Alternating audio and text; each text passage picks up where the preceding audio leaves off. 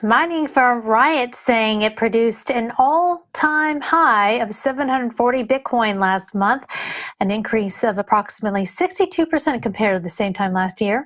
Joining us now with more is Riot's Vice President of Capital Markets, Phil McPherson.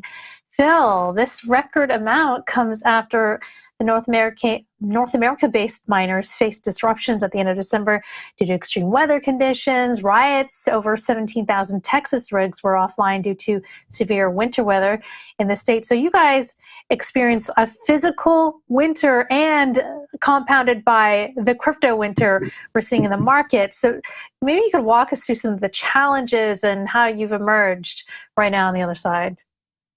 Yeah, thanks for having me, Christine. I think as companies start mining Bitcoin, they realize the challenges, especially when you're doing something at scale.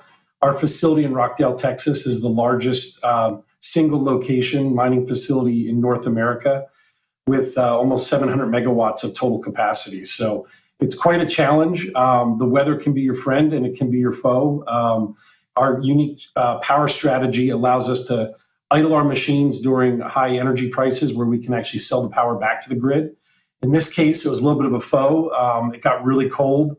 The wind and the rain damaged some of our equipment in our immersion building, and that resulted in 17,000 miners being offline, and they're still offline. And we're currently working to restore those miners to production. But with all that said, we produced 740 Bitcoin in the month, which was a record, which we're proud of, and we're excited for the future for Riot and for Bitcoin this year. How is that possible with the 17,000 rigs offline? Yeah, so we ramped up pretty heavily in December. We actually installed 17,000 miners in December, which actually was in some of our air-cooled buildings. So we are on a path to grow our total deployed hash rate to a total of about 12.5 exahash sometime late first quarter, early second quarter, as opposed to, just in November, December, we were around 6 or 7 exahash. So even though this one building was down, we were able to replace those down miners with new miners that were being installed.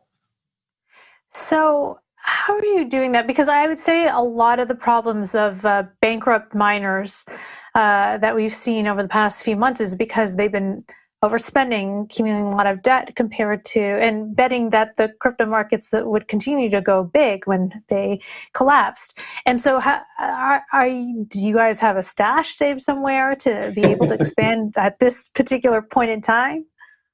Yeah, so we were fortunate. We've financed all of our operations and our growth through equity. We have zero debt. We actually have a little over 250 million in cash on the balance sheet and almost 7,000 Bitcoin on the balance sheet. So our management team, we've been around since 2017, so we've lived through a couple of the crypto winners, and we just realized with the volatility in this business that leveraging up and having debt usually comes back to bite you. And so in the last kind of 6 months, a lot of our purchases for miners, we were actually ahead of the game, meaning that we'd already put down enough money on deposit that when those miners came due, we were actually fully paid up.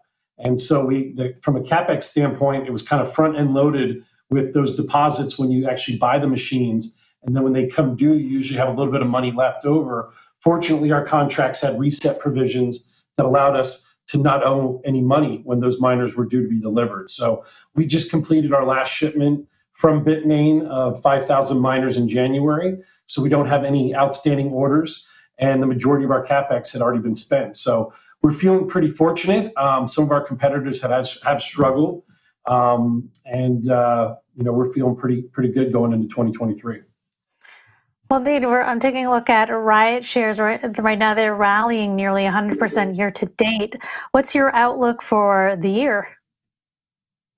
I feel like, as we execute, the number one mantra that we try to instill from the top down is to be a low-cost producer. And since we can control our operations, since we own them, we control our power costs since we have long-term PPAs with the power provider. In the third quarter, our average cost to mine a Bitcoin was $8,200. So even in this crypto winter that saw Bitcoin bottom at 16,000, we were still operating at a net positive margin. And I think we continue to view it that way, that we have to be the lowest cost operator in order to succeed and thrive in this Bitcoin market, because we don't know where prices are going. I know your prior guest was, afraid to make a prediction, but we feel like Bitcoin is going to go significantly higher this year. Our director of Give us a number. Bitcoin Give us a research, number, Philip. he has a price target of 40,000. Oh, okay. I've heard So that figure. Matrixport also Yep. said about 45,000 Yep. by the end of the year. Kathy Wood, 1 million by 2030. We would love that. That'd be great. But you got to walk before you can run. So at 40,000, we're profitable, we're making money, and we can continue to grow.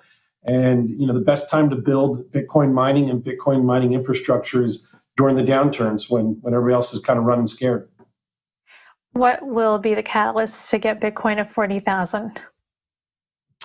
I agree with your prior guest comments about the Fed, and obviously the market's kind of in this win-lose situation where if you have good economic news, it's viewed bad.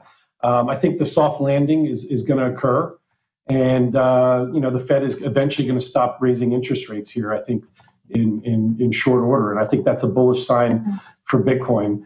The debt level, the federal debt level, and if they raise the debt level, I think that's also bullish for Bitcoin because it goes back to one of the tenets about the scarcity proposition of Bitcoin and controlling your finances and getting off of the fiat kind of standard. So more debt is bullish for Bitcoin.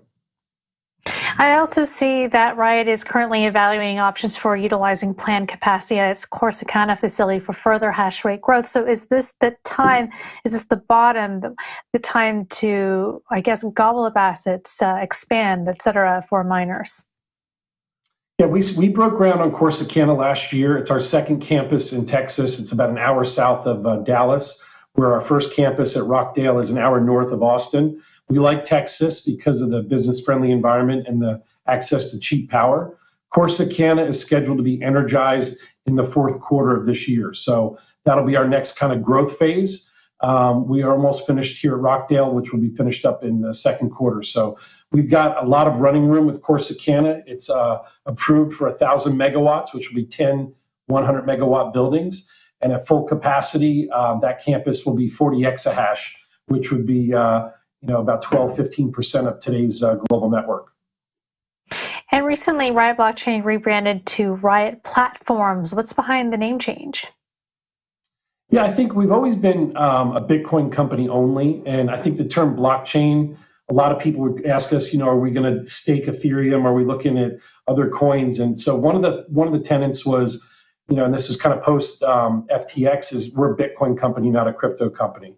And I think the platforms alludes to our vertical integration. We're one of the few companies that owns and operates our own facilities. We have, as I said before, a locked-in power strategy. And then we also own our own OEM, original equipment manufacturer, that actually makes a lot of the infrastructure equipment that we are installing, a lot of low and mid voltage servers and switchgear. So we view our company as getting deeper and more vertically integrated within the Bitcoin network. And we think the platform name represents that. I got to ask, what do you think about NFTs on Bitcoin then? I like that it's pushing up transaction fees. That makes us more money. Okay. The NFT kind of craze early on, we were asked a lot about it. And, it's fun to have cool JPEGs, but I don't know that, at least in this iteration, what the real value of spending, hundreds of thousands of dollars on a bored monkey is. But as people look to digital property rights, which is kind of the bigger theme, I think, and if they use the blockchain, the Bitcoin network to secure those, then that's part of the value proposition of being a Bitcoin miner, is that you get paid these fees for each one of those blocks that is solved. And our director of research thinks that the fee income particularly is going to grow this year, and it's one of his bullish cases for higher Bitcoin prices. So we welcome all on-chain activity. It benefits our business.